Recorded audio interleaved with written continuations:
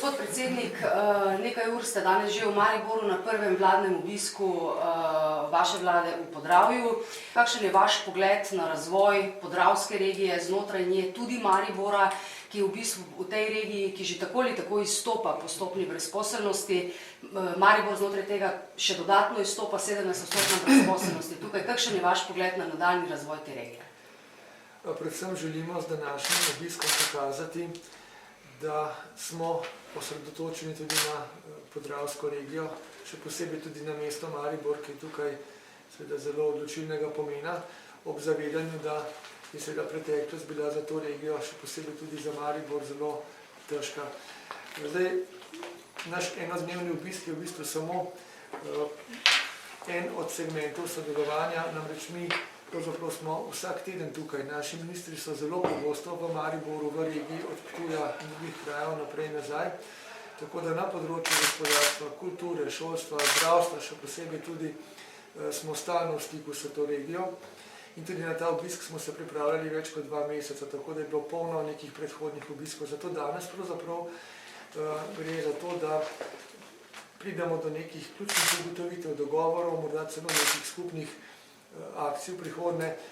Bi pa rekel tako, regija je šla doslej skozi težke čase, vendar ravno v zadnjem obdobju, predvsem tudi zadnje leto, se nezaposlenost zmanjšuje in tudi zaposlenost povečuje, kar je dober trend. Tudi država je že pokazala, da se v tej smeri prizadeva, da vidimo ne samo s tem, ko bomo in že spodbujamo gospodarstvo, turizem in podobno, ampak tudi za decentralizacijo nekaterih državnih institucij smo že v lanskem letu zagotovili vsaj 70 delovnih mest, prav tu v Mariboru, in te procese bomo nadaljevali.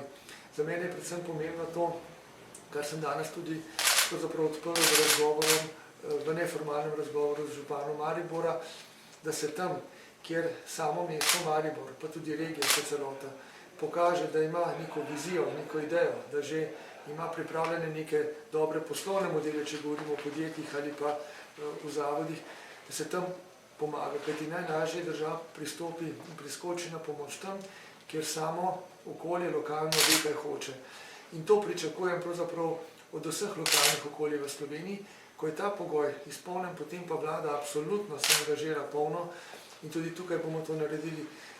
V nedavnem intervjuju, ki ste ga dali za Večer, mislim, da je to bilo novembra lani, ste ravno to izpostavili, ko smo vas poprašali, zakaj še niste prišli v drugo največje slovensko mesto na obisk, ste ravno to rekli, da se vam zdi, da na ravni lokalne politike tukaj v Mariboru manjka ta vizija. Ali ste jo danes, torej, če prav razumem, po tem neformalnem pogovoru z županom, uradnega termina z njim niste imeli, ali ste torej to vizijo danes tukaj našli, zasledili? In predvsem, kakšna so lahko recimo neka bolj konkretna pričakovanja v smislu delovnih mest po tem vašem obisku danes, zaradi tega, ker tudi v današnji raziskavi javnega mnenja so vam Mariborčani povedali, da je brezposelnost tukaj zanje absolutno najbolj pereč problem, kar 81% jih je tako odgovorilo v naši javnomnenjski raziskavi in tukaj prav kličejo tako nacionalne kot lokalne oblasti na pomoč. Torej, to izpostavljajo kot ključni problem, ki ga je urgentno treba reševati.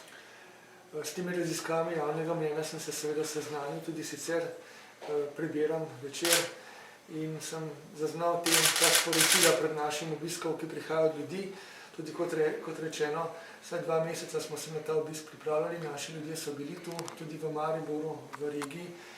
In zanesljiva je naša prioriteta predvsem to, da pomagamo povečati zaposlenost, da spodbudimo gospodarstvo, znotraj njega še posebej denimo tudi turizem. Danes sva z županom Maribora denimo govorila, kako bi bilo to mogoče spodbujati preko dodatnih aktivnosti letališča v Mariboru, preko spodbude nekaterim vlagateljem, to, kar si država se skozi prizadeva, da bi čim več neposrednih tujih investicij pripeljali v Slovenijo, seveda takšnih dobrih, ki bodo pripeljali do novih delovnih mest, do razvoja in ki ne bodo denimo škodljive za določene, bi rekel, vidike našega razvoja, kot je okolje ali kaj podobnega. In govorili smo tudi z županom o konkretnih nekaterih podjetjih, kjer se želi iz tujine vlagati, kjer bi lahko država pomagala. Tudi denimo na kulturnem področju, kjer je Maribor izredno uspešen, vidimo možnost nekih sinergij, torej kultura je vedno tudi povezana z gospodarstvom, kajti tudi kultura prinaša pravzaprav neke vrste uvoz, prepoznavnost in podobno. In zato smo se tudi pogovarjali, da bi lahko skupaj, o tem smo tudi govorili z direktorjem Narodnega gledališča, skupaj kulturniki, gospodarstveniki in vlada odpirali vrata Mariboru, Podravju in Sloveniji nasploh. Tako da zaposlenost se že povečuje, to moram reči, to je pozitivno, ampak na tem bomo delali. Prav tako, kot bomo delali na teh drugih vidikih, ki so prav tako za tukajšnje ljudi zelo pomembni, da nima zdravstvo. Veste, da smo lansko leto odprli nov urgentni center, da smo posodobili oziroma uredili zadeve na onkološkem delu, to je bila zelo pomembna investicija, tudi na Ptuju se pripravlja dokončanje investicije v urgentni center iz leta 2016-2017. Potem, kot veste, spodbujamo pravzaprav, saj gospodarski minister se zelo trudi, vse tiste perspektivne oblike podjetništva, tudi seveda jasno smo osredotočeni na medgeneracijske probleme, mi moramo tudi zagotoviti ljudem neko varno starost. V tem smislu bo letos država naredila en temeljni premik na zakonodajnem področju. Kaj to pomeni? Gre za to, da bomo sprejeli zakon o tej trajnostni oskrbi in to je pač en pomemben vidik povezovanja zdravstva in socialnega vidika te oskrbe za starejše ljudi.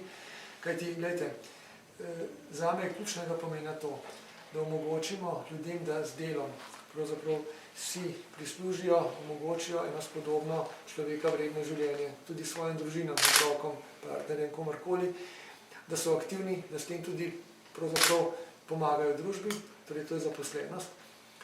Prav veseli me danes, kot sem celo videl, da se že tudi kakšni mladi vračajo iz tujine, ker najdejo tu nekatere priložnosti, to so neki dobri zametki, za naprej seveda pa na tem moramo graditi.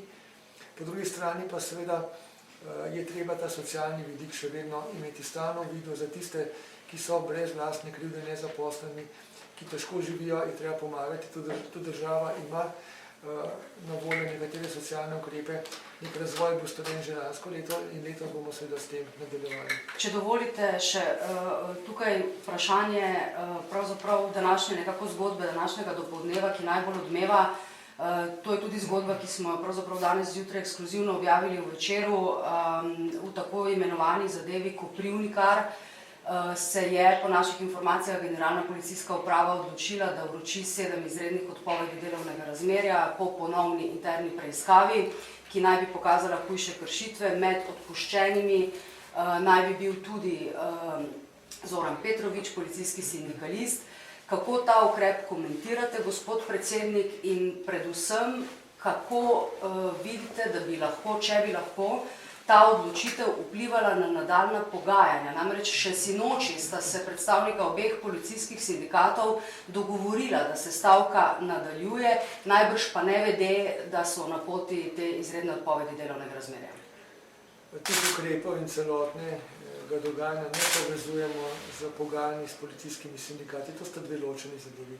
Tu je neka ožja skupina policistov storila nedopustno dejanje, zato je prav, da je vrh policije tako ukrepal, gre seveda za delovnopravni ukrep. Če se bo izkazalo, da gre tudi za elemente kaznivega dejanja, potem je to stvar tožilstva in ne postopki tečejo naprej. Mislim, da je treba to razčistiti, kajti gre pravzaprav za zelo hudo dejanje, kadar ga stori uradna oseba, kot je policist. Po drugi strani pa naj poudarim, da to ne sme vreči sence na celotno delo policije, kajti, kot veste, policija deluje zelo dobro, še posebej pri migracijah so se izkazali policisti kot izredno požrtvovalni, usposobljeni. In tudi sicer, ko gre za javni red in mir, za promet in podobno, vemo, da so v svojih nalogah pogosto odlični, tudi zelo požrtvovalni, mnogi izmed njih. Ampak seveda ta dogodek je pa treba razčistiti do konca in ne poudarim ponovno, to ne povezuje vlada z pogajanjem s sindikati. Kot veste, smo se doslej pogajali tudi z gospodom Petrovičem, ki je bil v postopku, ker nismo hoteli tega seveda povezovati in pogajanja bodo tekla naprej. Vlada je prišla s približevalnim predlogom in mislim, da prihodnji teden bodo ta pogajanja spet intenzivirana v neposrednem srečanju z našo pogajalsko stranjo in predstavniki sindikatov, kdorkoli bo pač na eni strani. Hvala lepa, gospod predsednik, za ta krajši pogovor, daljši pogovor z vami, tudi bolj v globino Podravske regije in Maribora pa v jutrišnjem tiskanem Večeru. Hvala za povabilo.